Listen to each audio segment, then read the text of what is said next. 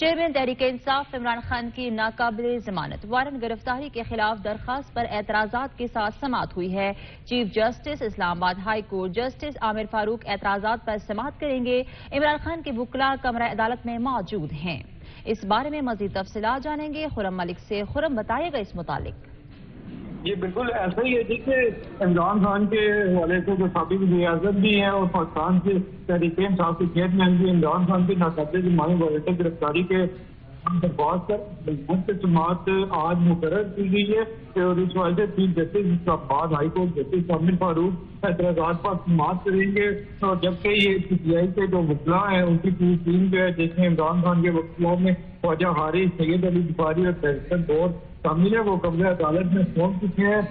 جبکہ اس وجہ آپ کو یہ کریں کہ چیف جسٹس صاحب ارجنٹ کیسز میں سماعت کریں گے، نوٹس کیسز اور روٹین کے کیسز کر دیا گیا۔ سے عمران خان کے ناقابل ضمانت وارنٹ گرفتاری کے خلاف درخواست ہے، ابھی اس کے کچھ دیر کے بعد اس کیس کی باقاعدہ سماعت کی جائے گی۔ ٹھیک ہے، بہت شکریہ خرم ملک، آپ اپڈیٹ کر رہے تھے۔